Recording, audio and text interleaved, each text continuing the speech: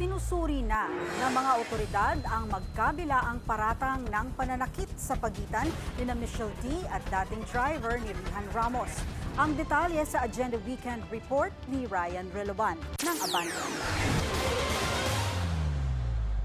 Namumula pa ang pasasaka ng braso ni Miss Universe Philippines 2023 Michelle D sa larawang ito dahil sa umano'y pananakit ni alias Totoy, ang personal assistant at driver ng aktres na si Rihan Ramos.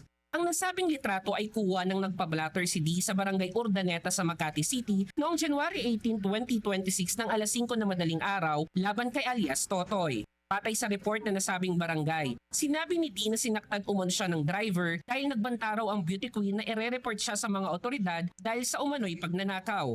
Nakasaad din sa salaysay ni D ang tangkang pagtakas ni alias Totoy matapos tumalon mula sa maid quarters ng 39th floor ng condominium at bumaba gamit ang isang tali. Dumaan daw ang driver sa isang unit hanggang makalabas sa kalsada. Hindi namang nabanggit ni D sa blatter kung ano ang ninakaw ni alias Totoy. Pero base sa mga alegasyon ni alias Totoy na sinabi niya sa National Bureau of Investigation o NBI, ikinulong at binugbog umano siya ni Ramos, D at isa pang beauty queen na si Samantha Palillo dahil sa bintang na pagnanakaw ng ampaw na may pribadong larawan. Ayon naman sa isang medical expert ng NBI, may mga marka na pagaling na sugat ang nakita sa kamay ni alias Totoy. Ang mga nasabing paratang naman ng driver ay una nang itinanggi ng company na D at Ramos. Handa naman sina Ramos at D na humarap sa NBI sakaling ipatawag sila ng ahensya kasunod ng pahayag ni BACC President Arsenio Boy Evangelista sa Abante News na maglalabas na raw ngayong linggo ng subpoena laban sa mga naturang personalidad.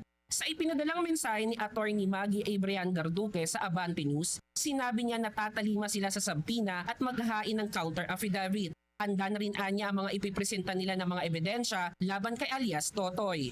Kabilang din sa mga ipapatawag ng NBI sina Palillo, 2 pulis ng Makati City Police Station at 2 non-uniform bodyguards. Samantala, nilinaw naman ni Attorney Garduque na hindi raw malalaswan ng litrato ang laman ng ampaw.